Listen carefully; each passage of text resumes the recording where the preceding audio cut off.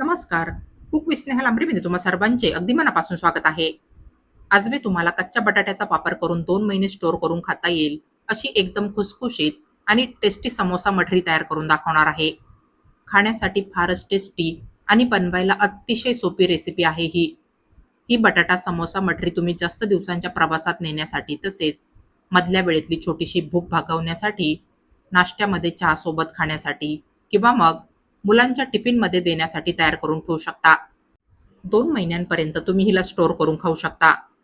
फारच खुसखुशीत आणि टेस्टी लागते ही समोसा मठरी खाण्यासाठी. घरी येणाऱ्या पाहुण्यांना नाश्त्यामध्ये सर्व्ह करायला सुद्धा ही बटाट्याची समोसा मठरी एकदम बेस्ट ऑप्शन राहील. चला तर मग वेळ वाया न घालवता लगेचच आपण आपल्या आजच्या या चविष्ट रेसिपीला सुरुवात करूया.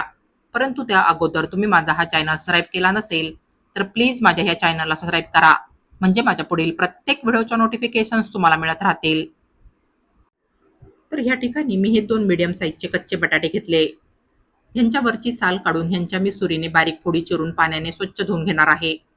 यासोबतच इथे मी हा एक कांदा घेतलाय. या कांद्याच्या वरची साल काढून ह्याच्या सुद्धा मी सुरीने फोडी चिरून घेणार आहे. आता ह्या ज्या दोन्ही बटाट्याच्या चिरलेल्या फोडी आहे, ह्यांना आपण ह्या मिक्सरच्या भांड्यामध्ये घालून घेऊया. यासोबतच ह्या कांद्याच्या फोडी सुद्धा आपण ह्या मिक्सरच्या भांड्यामध्ये घालून घेऊया. आता ह्याच्यामध्ये मी 2 हिरव्या मिरच्या तोडून घालणार आहे. यानंतर 7 ते 8 लसणाच्या पाकळ्या घालून या सर्वांची मी पाणी न घालताच मिक्सरला वाटून अगदी बारीक पेस्ट तयार करून घेणार आहे. मिक्सरला तयार केलेली सगळी पेस्ट अशी एखाद्या मोठ्या बाउलमध्ये काढून घ्यायची आहे. यानंतर हा अर्धा चमचा ओवा असा हातावर थोडासा चोळून ह्याच्यामध्ये घालायचा आहे. या ओव्याचा फ्लेवर आणि टेस्ट मठरीला फारच छान येते आणि सोबतच हा ओवा डायजेशनसाठी सुद्धा फारच लाभदायक ठरतो. यानंतर आता ह्याच्यामध्ये 1 चमचा सफेद तीळ आणि 1 चमचा काळे तीळ सुद्धा मी ह्याच्यामध्ये घालणार आहे. यानंतर चवीनुसार पाऊण चमचा मीठ आणि 2 चमचे साजूक तूप ह्याच्यामध्ये घालायचंय. साजूक तुपामुळे मठरी छान खुसखुशीत व्हायला मदत होते. हे सर्व जिन्नस एकदा असे चांगले मिक्स करून घ्यायचे. आता ह्या मिश्रणामध्ये आपण बसेल तेवढा मैदा घालून मिक्स करणार आहोत. सुरुवातीला मी 1 कप मैदा घालून ह्या मिश्रणामध्ये मिक्स करून घेतलाय. हे मिश्रण मला अजूनही खूपच सैल वाटतंय. तर पुन्हा 1 कप मैदा मी ह्याच्यामध्ये मिक्स करून घेणार आहे. 2 कप मैदा घालूनही आपलं हे मिश्रण अजून थोडंसं सैलच आहे. तर पुन्हा अर्धा कप मैदा मी ह्याच्यामध्ये घालून मिक्स करून घेणार आहे. शिल्लक राहिलेला अर्धा कप मैदा सुद्धा मला ह्याच्यामध्ये घालावा लागणार आहे. मिश्रणामध्ये बसेल तसतसा मैदा मिश्रणामध्ये मिक्स करून ह्याचा मळून घट्ट उंडा तयार करून घ्यायचा आहे. तर हे पहा, 3 कप मैदा घातल्यानंतर आपला हा उंडा ह्या ठिकाणी अगदी परफेक्ट असा घट्ट तयार झालाय. हा उंडा घट्ट मळलेला असला तरच मठरी तळून छान अशी खुसखुशीत होते. तर हे पहा, हा उंडा मळून असा एवढा घट्ट तयार करून घ्यायचा आहे. ह्याला आपण ह्याच्यावर घट्ट झाकण ठेवून अगदी फक्त 8 ते 10 मिनिट भिजत ठेवणार आहोत. तर ह्या ठिकाणी मला ह्याला भिजत ठेवून 10 मिनिट झाले. ह्याला पुन्हा एकदा असं थोडंसं मळून घ्यायचंय. आता ह्या मळलेल्या उंड्याचे मी अगदी छोटे छोटे उंडे तयार करून घेणार आहे. हे पहा, याचे असे अगदी छोटे छोटे उंडे तयार करून घ्यायचे. तुम्हाला हवं तर तुम्ही ह्या मळलेल्या सगळ्या उंड्याचे असे छोटे छोटे उंडे एकदाच तयार करून ठेवू शकता. बस तर आता असा एक एक तयार केलेला उंडा घेऊन याची लाटून छोटीशी पारी तयार करून घ्यायची आहे. ह्यांना लाटायला सुक्या पिठाची अजिबात गरज पडत नाही. हे पहा, याची अशी एवढी छोटी आणि अशी एवढी पातळ पारी लाटून घ्यायची आहे.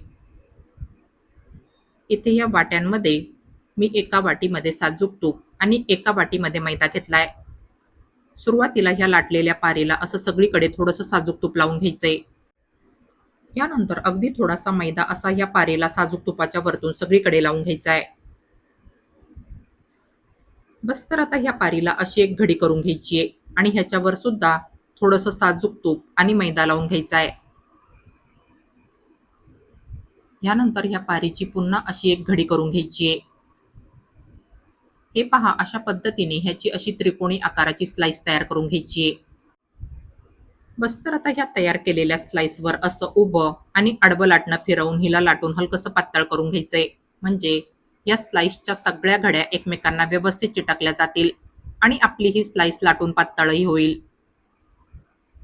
हे पहा, हिला असं त्रिकोणी आकारामध्येच लाटून घ्यायचंय. म्हणजे ह्यांचा तळून अगदी समोशाप्रमाणेच आकार दिसेल. बस अशाच पद्धतीने मी सगळ्या स्लाइस तयार करून घेणार आहे. फारच मजेशीर आणि सोपी आहे ही रेसिपी बनवायला. शिवाय खाण्यासाठी सुद्धा फारच खुसखुशीत आणि टेस्टी लागतो हा पदार्थ. मला खात्री आहे तुम्हाला नक्कीच हा पदार्थ बनवायला आणि खायला सुद्धा फारच आवडेल. तर हे पहा, इथे या डिशमध्ये मी ह्या काही स्लाइस या ठिकाणी तयार करून घेतल्या आहे. हे पहा, ह्यांना मी असं त्रिकोणी आकारामध्येच लाटून घेतलंय. या स्लाइस यापेक्षा जाड किंवा मग यापेक्षा पातळ लाटायच्या नाहीये.